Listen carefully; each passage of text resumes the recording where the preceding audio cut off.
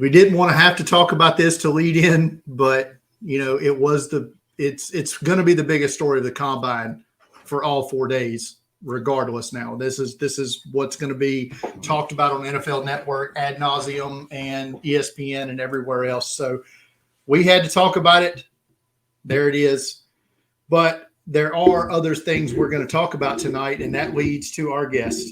He is the creator of the Relative Athletic Score, which you can find at ras.football. And the man may, unarguably, I think here, Shane, have the best mustache of all of Draft Twitter. He is our good friend, Kent Lee Platte. Kent, man, great to see you. Great to see you too, man. You narrowed it down all the way to Draft Twitter. I was going to be like, well, there's so many good ones, but amongst Draft Twitter, it's got to be hands down me, right? Nobody close. Humble brag, It's if we're narrowing it down to such a small group, I got to take the dub there, right? Yeah, I think you do by far. So I don't think anyone's really that close, let's be honest. Yep. I love this thing, man. I actually grew a full beard. I turned 40 a couple of weeks ago, and I grew a full beard because I'm old enough where that thing is just pitch white, man, just nothing but white.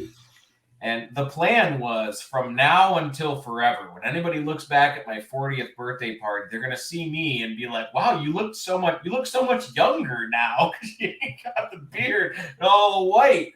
It was a plan. It was a long game, man, a long con. I got to tell you, every time I get my beard and goatee trimmed, it's grayer and grayer every time. And it's like, there's no stopping it now. So it is what it is. But Kent, man, we had you on basically the same time last year, and we talked about RAS and how great it is. But just give us the Cliff Notes version of it quickly for people who maybe didn't listen to the show last year. What is RAS?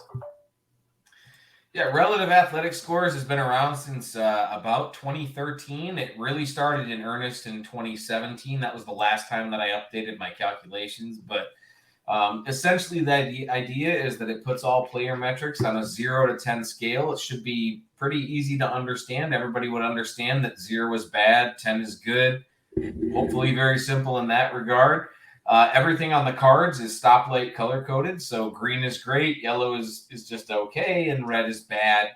The idea is to make all player testing as accessible as possible to fans so that anybody can watch the combine, can hear these numbers, and actually understand what they mean when they're compared to their peer group. It's very easy to say that, oh, this guy ran a 4.55. Well, what does that mean? Is that good? Is that bad? I don't really know, right? You don't really know unless you've been around the NFL community, you're more experienced with the stuff that's going on. But with something like RAS, it gives you that context. So for a wide receiver, a 4.55 is going to be about average, maybe a little bit below average, I think. But around the middle.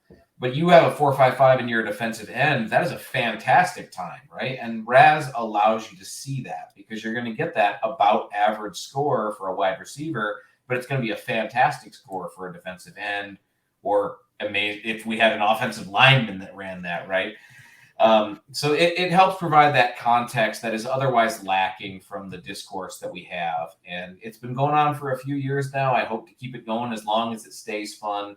I'm always hoping to make things more accessible for fans. And I think RAS does a pretty good job of doing that. Look, Brian has had Twitter arguments about how the combine, people saying the combine doesn't matter and why do we do this? And so I think a question to you with RAS is what does this kind of correlate to in terms of maybe draft capital, NFL success? Like, have you looked at the RAS and said, look, here's how we could show this is an important number ultimately? Yeah, and I've been able to do that very recently. I had a very quick study that I did recently when I was able to finally get the NFL rosters added to my RAS database. It's been tough because I use a very different system than what the NFL uses. Everybody has an ID that they attach to a different player, right? Well, my ID is not the same as theirs, so it's not as simple as just, load in the NFL rosters. But I did find a way to do that, and we were able to do that a couple of days ago, and I was able to run what NFL rosters look like. And it was pretty surprising, even for me, who has known for some time that athleticism correlates generally to NFL success, regardless of what success metric you're using, whether it's Pro Bowls, 1,000-yard seasons, number of touchdowns, number of sacks, all that stuff, right? Regardless of what you're using as a success metric. RAS has pretty generally correlated to success in those areas. You generally have the high elite guys who are successful, and the guys who are very low scoring RAS guys are the outliers. There's only a couple of those guys for every guy that's in the elite range or the above average range. I was able to show recently that as far as just making an NFL roster, it's pretty overwhelming. It's over 80% of players on an NFL roster are above that 5.0 average mark. And it's almost half. It's 45% are above 8.0, which is the elite range. So almost half of NFL rosters are in the top 20% athletically. And that's pretty wild to me to see that kind of number where it's so overwhelming that NFL players are generally the very best athletes you can possibly get at any position. And, I like people always, because I'm a numbers guy and I built this metric, people like to throw that, drinking your own Kool-Aid type of thing. But to me, that says so much about the guys who don't test well and still find NFL success. That makes their stories so much more interesting, so much more important when you're trying to evaluate players, because you get to look at guys like Nick Bolton, most recently with the Chiefs, who tested under average. My favorite one to go to is Anquan Bolden, who never tested really well, and you can find reasons why he succeeded in the NFL. Orlando Brown had one of the worst combines of NFL history and is still a successful NFL player. Those stories are so much more interesting when you have that context of how rare a player of their value in the NFL is when compared to how they tested. It doesn't take away from the guys who tested well. It just makes those guys that didn't so much more interesting to study and try to figure out why they did succeed in the NFL. What are they doing differently? How does it work for them? It's fantastic. I love storylines this time of year. You mentioned, and this was a very large edition, I think, what you did with the team, RAS, and you put out a link for each individual team. So my question is, what can we at Draft Countdown, what information can we garner from this when we're building mocks and trying to forecast where these teams are going, as far as what data can we extrapolate from your team, RAS, and as far as are we able to say, okay, or can we look say this GM head coach combo? Well, the Bengals would be easy. They've had the same group of people for 5 years now, right? So it's very easy to see, what they've done in those 5 years. So can we look back to certain 5 years, 3 year range, stuff like that? Yeah, you can break down, the averages themselves currently, because this is very new. I mean, we're talking less than a week old when I put this stuff up. Right now, you can only see the averages on the current roster. You can't see the types of players that they've added during that time, right? With the Bengals, it's pretty safe because, as you said, they've had the same people in making those decisions for a certain amount of time. So it's pretty safe to look at the current roster and say they're probably looking for guys within this range. And the site that you're referring to that I posted, the links to all the individual pages, it shows all of the players currently on the roster and what their scores are. And you can filter by that position. So looking at cornerback, for instance, which I know is a need for the Bengals, they need some help in their secondary. If you filter their cornerbacks and you start to look through the individual traits that they have, you can kind of get an idea of the type of guy they're looking for. And if you don't want to look through all the individual ones, I added another table that looks through the averages for each position on that roster and what that team currently has and what range they have. So when you're watching something like the Combine, you can watch for players that kind of fit within that range. Or maybe you're looking for the higher end of that range because you're looking for the guys that you think they would pick early in the draft, right? So you're looking for the guys that would probably fit the type of player that they're looking for. I posted a couple of examples for that, which I think was the Indianapolis Colts and their wide receiver room. Their top receiver, I believe, is Michael Pittman, but I think he was the lowest scoring athlete in their roster for wide receivers. Every receiver they have is super athletic. They have a really athletic wide receiver room. The other example was the Dallas Cowboys linebackers, which were again, super athletic group of guys. And obviously, if a guy tests below average, that's probably not a guy the Dallas Cowboys are looking for in the linebacker room. For wide receiver, for instance, Jackson Smith and Jigba, who is supposedly going to test not quite as well in this combine. I disagree personally. I really like him as a player. I think he's a really good athlete. But I've heard people complain about his athletic traits and say that maybe he's not going to test well. If he doesn't, maybe he's not on the Colts' radar. Maybe that's not the type of guy they're looking for. Maybe he is a type of guy the Bengals are looking for, who have been known to overlook those types of potential deficiencies when it comes to testing. So it gives you an idea of the type of players these coaching staffs, these general managers, these decision makers are looking for, and you can kind of get an idea of what they're trying to find. I don't have the granularity added just yet for breaking it down by years, like shifting those years to smaller. So maybe you're only looking at 2020 to 2023 because you have a newer general manager. I don't quite have that level of granularity yet. I am looking to add that level of granularity. But being able to see what's on a current roster right now gives you a lot of options that you never really had to look at before. And I'm glad I've been able to add something like that to the draft community. So if you want to look at those, because it's fun to go look at your favorite team and like look through these positions. So go to ras.football, ras.football. Super easy to remember, which I love, is great. Ken, I asked this question last year. I'm going to ask you again because I think we get this popped up to us all the time. Combine versus pro days. I think the general public out there thinks, the pro days are, they're going to be a little faster. Those numbers are going to be a little better than the combine is. So I got to adjust that, or I got to think of it in a different way. You've been doing this for a long time. You've looked at these numbers. Is that true? Is there a difference between the numbers we get at the combine and say Bryce Young, who doesn't work out at the combine, does his pro day? Is it going to look better for him because he's just doing the pro day? Yeah, and there's definitely a difference for some schools. This is where it gets really hard because everybody wants an easy answer. You want to have that easy, you just add this amount to it. And, we can mathematically look at an overall score and say, generally there's this amount. I've done that math. For a player on the line, it's about 0.1 when it comes to time drills, and a negligible amount for the non-time drills. So vert, broad, bench, negligible difference. No one cares. For time drills, it's about 0.1, which is a pretty notable difference. For skill positions, it's about 0.07 when you're talking about skill positions. So a little bit closer, but still a fairly significant difference. Now, that's nice to look at. And from a data standpoint, that's a perfectly reasonable data point that you can use.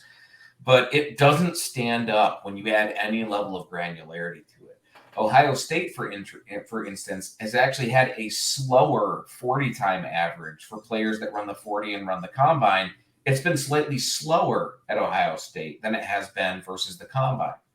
LSU, Iowa, and Florida generally have a faster time than they have at the combine. So players would generally run faster. It makes sense for them to run faster at their pro day versus their combine.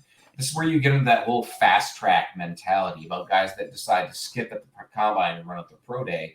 But it is not universal, and it's not a universal amount of difference at each pro day. Some pro days are very similar. Part of that is the track. Part of that is the way the timing has been done. It used to be that the combine was laser timed and pro days were hand timed. So there's that little bit of difference automatically between those two things. But over the years, most pro days are laser timed now. There's very little difference functionally with how they're timed. So it really breaks down to the school, and you got to kind of get into that little bit of granularity there. But generally, I would consider them fairly similar when you come to combine versus pro day times. And there are specific instances where you would consider it a fair difference. Yeah, it's interesting. For Brian jumps back in. You talked about Jackson Smith and Jigba. Rumors coming out tonight that he's probably not going to run the 40, maybe not work out at all. And then he goes to pro day. He said Ohio State's slower, so we might actually get a slower time for him, perhaps, than we would have gotten at the combine. So very interesting. That's unfortunate. That's the first time I heard that. I'm a little disappointed with that. I was hoping he was going to run at the combine and put people to put that little concern to bed. We'll see. I don't think it's confirmed, but just some of the he should ask if he could go test at LSU. Yeah. Can I run to Louisiana real quick and run on their track? Quickly, you mentioned the Colts and their wide receiver proclivities, and I wrote this down. I didn't write this down originally, but I know something me and Shane just became fascinated with tracking during last year's draft was that every single player the Colts drafted a year ago, and it was like double-digit players, if I recall correctly, all with a +9 RAS, blew my mind that they just went all in on the athleticism. Yeah, the Colts for sure have been one of those teams that's been all in on athleticism. And when I first posted all these team results, they're one of the teams that I talked about where a lot of fans have been asking for the ability to look at a roster perspective. What's on the roster? How do they compare to other rosters and all that? The Colts are one of those teams because a lot of the fans of that team have kind of noticed that that's the type of player that they're looking for. They're looking for that athletic upside. And that's been that way for several years. When I first started looking into that, it was very specific looking at the offensive line. At the time, the Detroit Lions, which I follow, because I was still writing about the Detroit Lions at the time, had a very almost anti-athleticism approach when it came to the offensive line. And it was depressing, both as a Lions fan and as someone who covers athletic testing, to see a team that just basically gave up when it came to athletic testing. But the teams like the Colts, the Eagles, the Dallas Cowboys, these teams constantly just looked for the best athletes that they could find at those positions. And they built very strong offensive lines over that period of time. Since then, we're talking 5-6 years of time here. You know, there's been some up and down years, but the Colts have generally not wavered from that approach of trying to find those very athletic players. And now that I can look at full rosters, I can see how much that extends outside of the offensive line and to other positions. And the Colts seem to be one of those teams that very much looks at athletic testing as a primary factor when evaluating players. Give me some guys you're looking forward to this combine, Kent. You've already mentioned a few, but I feel like you always have a list that you maybe send out on Twitter sometimes that, hey, I'm excited for this. Anyone you're excited to see how the testing comes out this weekend. So in RAS, everything is 0 to 10. So anybody that I can get close to 10, I'm trying to find those guys, right? Boye Mafe last year out of Minnesota was a guy that I was like, he's really close. I think he could get 10 at defensive end. And I think he got 10 at linebacker because he tested at linebacker, but then obviously he plays at defensive end and he didn't quite have the 10. I counted it as a win. I think I was close enough, right? But there's always going to be guys I think that are getting close. And one of the guys that we were looking at this year very closely is Anthony Richardson out of Florida. Cam Newton has held that 10.0 spot, that top spot in RAS since 2011, I believe it was when he came out. It's very beatable. It's not like Calvin Johnson, who had the lowest score that Calvin had was 97th percentile. It's not like that where it's going to be damn near impossible to beat. Quarterback is not super undefeatable. Cam Newton was a fantastic athlete when he came out, and it's very difficult to be that level of athlete at that size. But it's beatable, and Anthony Richardson could get there, I think. Quarterback, we've seen change hands several times over the last few years, and we've got a lot of really good athletes at cornerback this year. We've got Christian Gonzalez, Devin Witherspoon, Joey Porter Jr., several guys I think that could contend for that athletic spot. Kelly Ringo, if his agility testing is better than people expect, could also contend, I think, for that 10.0 spot. Tyree Wilson is an edge. The top spot for defensive end is held by a guy named Brian Johnston. He was a 7th-round pick many years ago. Nobody knows who he is because he wasn't successful. The next 10 guys includes guys like Myles Garrett and Mario Williams and Kyle Vanden Bosch, really top-tier defensive ends. And it's a beatable score. It's a score that I think guys could beat. And we've got Tyree Wilson, of course, Will Anderson, and a couple of other guys that I think could really contend for those spots. And those are the only guys I think they're going to get hit 10. We don't really have any tackles that I think are going to contend for the top spot. We don't have any offensive linemen at all that I think are going to contend for the top spot. Safety, linebackers, pretty set. We had a guy get close to that last year. So I think we're pretty set at all the other positions, but there's so many really good athletes in this year's draft class, and it's a lot of really good conversations about the types of players that we have, the storylines that we have, but most of those revolve around the perceived weaknesses that players have to try to overcome. Guys that are too small, guys like Bryce Young, Zay Flowers, guys that are supposedly too small that we're hoping they test better than it is about the superior athletes at their position. So more looking for who beats expectations than who blows us out of the water, right? I must say that I was loving that Jelani Woods went 10 last year at the tight end position, because that was my guy, Shane. And still hell of an athlete. Hell of an athlete, especially at his size. Like I'm questioning this year. Darnell Washington, I think, could contend with Jelani Woods for that 10 spot. He is a mammoth of a man. There's some reports of mid 4.6s to low 4.6s for him could be interesting. So we'll see. Yeah, and that's actually a good one, because at his size, if he meets those benchmarks people say he could hit, he could contend. The big thing with Jelani Woods was he tested well in his agility drills, which big guys don't usually. And I'm not 100% convinced that Washington's going to do that. He might, but I didn't think Jelani Woods would have. So, who knows?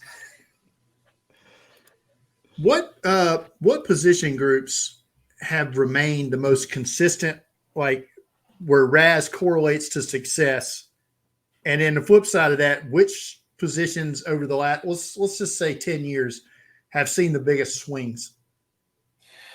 So I actually talked about this when I went over this study this week, and I'm super excited to go over it. So I apologize if I get a little energized during this, but tight end is one of those positions where you basically have to be an elite athlete to do well at tight end.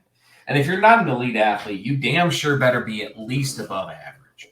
And the last more than 2 decades, like 2.5 decades, we haven't had a single tight end rated below average who became a top receiving tight end. The only one that we have that rated below average was Jordan Reed, who had a ton of injury issues, and during his draft process tested injured and didn't complete all of his tests. He may have tested better had he been able to, had he been healthy at the time, but he wasn't. It was a big concern. So we have this one outlier where we have a bunch of asterisks next to it and nobody else. And this is over 2 decades of time where we only have the top tier athletes down to Zach Ertz, I think, is like 62nd percentile. And he was the lowest of the group. So nothing but elite tier to very good athletes who found good success in the NFL as receiving tight ends. So that position has always been very intriguing when it comes to that, because athleticism has been so huge. Come to this week, and I do this study against the NFL rosters, and tight end is actually amongst the least predictive positions when it comes to NFL roster ability. Most of the tight ends that are on rosters are above average or elite, just like any other position. But it has one of the highest percentages, actually, it might have been the highest percentage of low RAS guys that were on rosters. Maybe that can be explained by blocking tight ends versus receiving tight ends. And NFL teams have a proclivity for including those blocking tight ends in their offenses. Maybe. I don't think that's enough. I don't think that's enough to really account for that difference. I'm super intrigued to dig into it.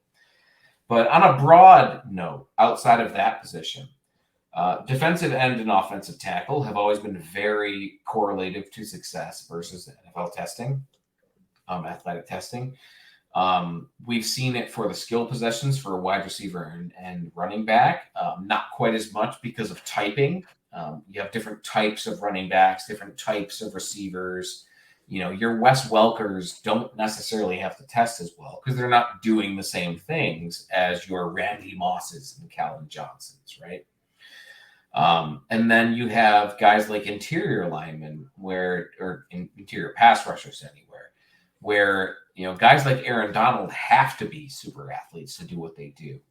But nose tackles don't have to have that level of athletic ability. They just have to be able to anchor and prevent guys from moving. That's not the same type of testing. So you don't get that same level of correlation because there's different types of players. RAS, unfortunately, can't account for all that typing just yet. We're working on ways to do so, but we're not quite there yet. So we generally see those types of differences in positions that have varied types of successful players. And obviously quarterback, no one knows what the hell is going on. We're all just basing it on the eye test and what we think is a good quarterback and what we think is going to work. There's a raw number that suggests that it correlates to athletic testing, but as someone who tracks that sort of thing, I don't put any stock in those numbers because the stuff that makes you a successful quarterback isn't tracked in those numbers, right? No, it's great. I mean, I think it's going to be super interesting to see some of the results of that. And I wish I had the time really to dig in to a lot of these and start to go back through some drafts and GMs. I know there's some beat reporters that are doing it. That's I've been taking note of for these mock drafts. Kind of a general question, Ken. Are players getting more athletic over time? You mentioned we saw 4.10 RAS scores last year. Are you seeing the kind of numbers have increased year over year on average? That's a great question. It comes up a lot of times, and it's a little bit complicated because the answer isn't just a straight yes or no. I wish I could say yes or no. In terms of numbers, the answer would pretty overwhelmingly be yes. But I don't think it's as simple as that. I don't think it's as simple as that players are more athletic now than they were back in the day. The reasoning behind that is that we have a ton of players who tested extremely well, numbers that would still hold up today, 10, 15, 20, even 30 years ago. And I think what the difference is that over time, the NFL Combine, the NFL Pro Days have become more and more of a visible event. They become something that NFL teams pay attention to. And now that we know that NFL teams pay attention to athletic metrics overwhelmingly on their rosters, the fact that they have to test well, they have to put up those good numbers to be able to contend for an NFL roster spot, players are training very differently now than they used to. Jerry Rice was one of the first players to test in any combine in 1985. We don't even have those testing numbers because our testing numbers only go back to 1987. But the combine started in 1985, essentially.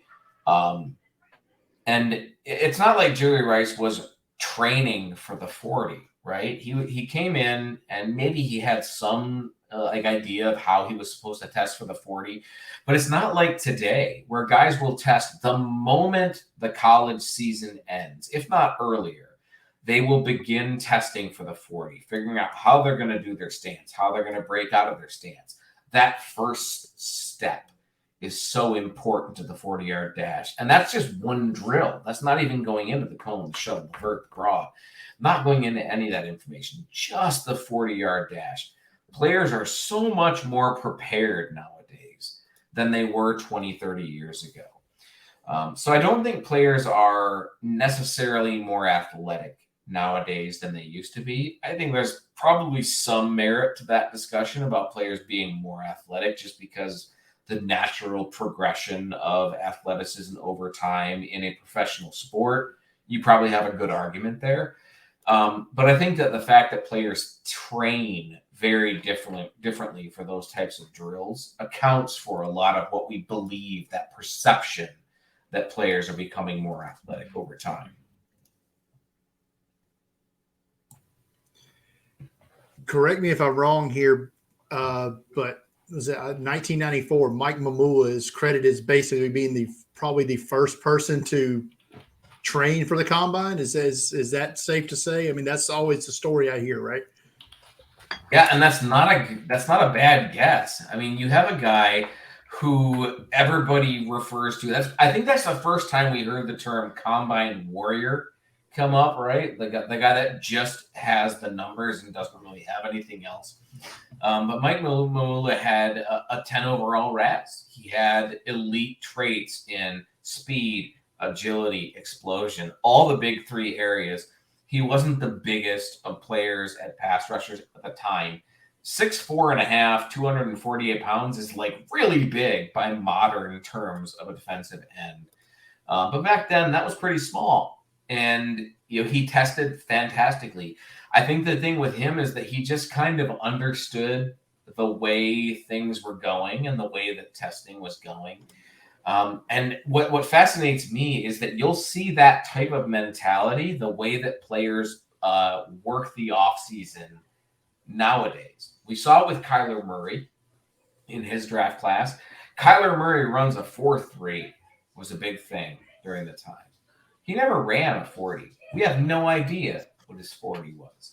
And as someone who specifically scouts those athletic traits, I don't think he ran that kind of a 40. But no one will ever believe you if you say he ran slower than that, because he said it the whole time. That's what he ran. And he got his agent to repeat that. And media outlets picked it up. You're seeing it this year with Young, where it's all about how tall he is. We're worried about how tall he is. He might be less than 5'11". Nobody actually cares how tall he is. We know that you can succeed in the NFL at a shorter height, as long as your release height is fairly high and you've got a good amount of accuracy and athleticism. There's a bunch of other traits that go into it, but nobody actually cares if you're under 5'11". We've got multiple instances of players who are under 6 foot who have found success at the quarterback position in the NFL. What they're not talking about is how slender he is. He's under 200 pounds. He's probably about 185 pounds. There are almost no examples of quarterbacks who have found NFL success at that weight. But you never hear that when you're listening to the media, when you're looking on social media, when you're hearing things in the build-up to the combine. It's all about his height. That's because agents are fantastic at their jobs. And players now understand how that narrative has to work for the draft build-up. And that type of stuff has been fascinating to me every single year whenever it comes up. And Mike Mamula is probably the first guy. We're talking about 1995. That's many, many years ago. I'm very old. I don't know if I mentioned that at the beginning of this pod, but I'm very old. And we're going back to the 90s now. That's long enough ago that a lot of people weren't even alive at that time. The fact that people have picked up on that over time is fascinating to me, and it's super interesting to watch how players and agents and teams have picked up on those trends over time.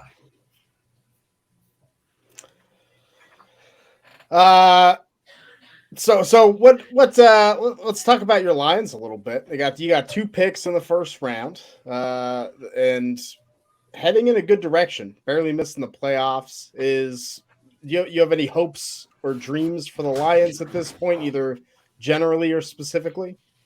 Yeah, absolutely. You know, when the Lions first picked up their new staff, their new head coach, and their new general manager, you're always kind of looking at year 3. And as a Lions fan, we've been through enough rebuilds that we know that year 1 and year 2 don't really matter when it comes to wins, right?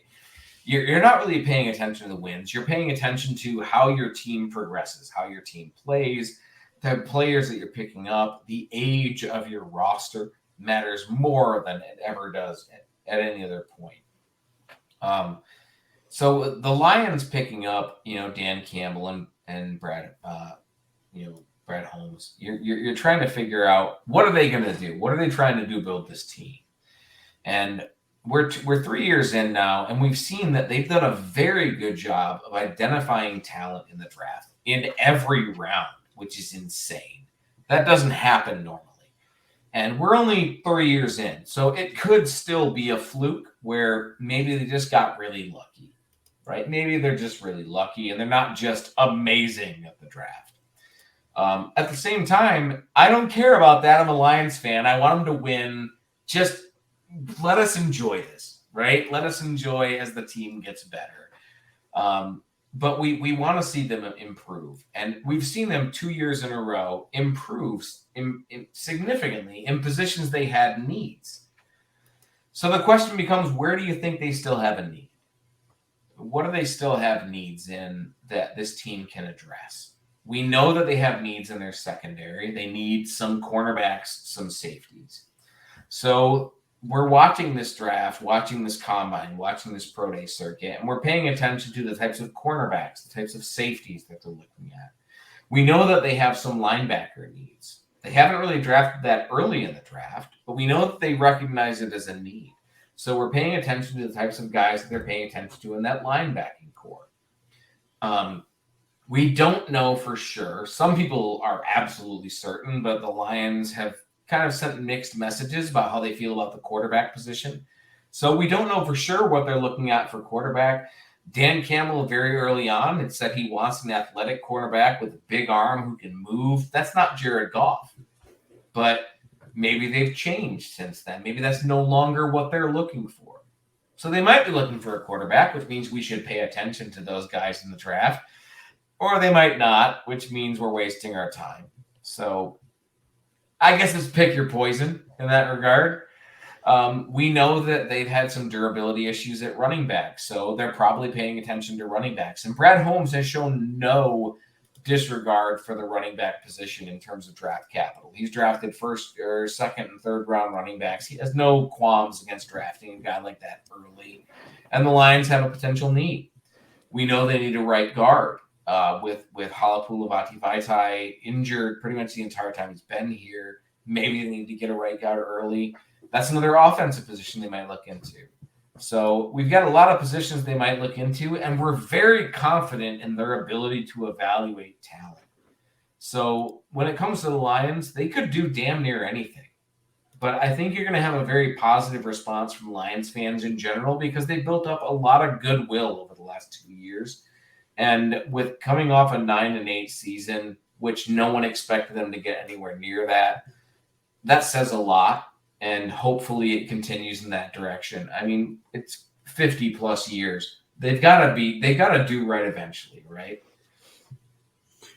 Last question, Kent, and I'll let you get out of here. And it involves Detroit and one of them athletic quarterbacks we've talked about already. Lions pick 6, Lions pick 18. Does Anthony Richardson hit for you at either one of those spots? So his negatives are so negative, right? And you've got the same problem with Will Levis, where the negatives are so negative, and there's no statistical reason to want Anthony Richardson at either pick, at 6 or 18. But we know from history that statistics don't mean all that much in a bubble when it comes to the quarterback position. Anthony Richardson will probably contend with Cam Newton for that 10 overall RAS spot athletically. He is an amazing athlete. He has tons of speed, agility, explosiveness. We're expecting big things from him this week. If he tests how everybody expects him to, that makes him a very versatile weapon in the NFL. Both quarterbacks in the Super Bowl were elite athletes. Patrick Mahomes and Jalen Hurts were both elite athletes. Mahomes was a very explosive and agile athlete, whereas Hurts was a very fast and explosive athlete. The NFL is not a pocket passing league anymore. It hasn't been in some time. A guy like Anthony Richardson is very tempting. And the Lions did nothing to dissuade anybody from thinking that that's a possibility at 6 or 18. They said every position's on the table. They've said that Jared Goff is our quarterback, but we've got to start considering those types of things. They've left that position open, and I think they're very much considering that position. I guarantee that he's going to be one of their confirmed official visits before the combine, or not before the draft. And he's a guy that they should consider at both spots, both for if he's at 6 and they think he's worth it, or if he falls and they don't want to let him fall any further. Fair enough. I say just wait till the second round draft. Hendon Hooker there. But Kent, man, we didn't mean to keep you on this long, but this was just some damn good conversation and we couldn't let it stop. So, man, I appreciate you taking this time tonight to enlighten the masses here about RAS and its impacts on the combine and the draft and the future of the NFL and all that going forward. I mean, everything is covered here, and we can't thank you enough for coming on. I appreciate it, man. I would come on at any point and stay on as long as you want me. I could talk football all the time. I always try to hold myself back, like I'm talking too much, but you guys provide plenty of great insight, and it's so hard to compete with it. I feel like I'm trying to punch up, right? Well, we appreciate that, man. Yeah. Follow Ken on Twitter at MathBomb and go to RAS.football and learn about this RAS stuff yourself, man. Keep up with it while you're watching the draft. You will be a better fan for it. Kent, man, thanks again for coming on. Appreciate you guys. Thank you so much for having me on. Thanks, that Kent. Was Kent Lee Platte of RAS.football and at MathBomb on Twitter. He's the best, man. And yeah, I mean, he knows the stuff. He just the work that he's put in statistically and knowing how this all matches up is tremendous. So I love that he comes on every year and is willing to come on every year. We'll have him as long as he'll keep coming. So he's phenomenal. Brad, our cohort at Draft Countdown, checking in, said every position's on the table in Brad's last 2 seasons. Why not consider it? And he agrees with us. Kent is indeed the man.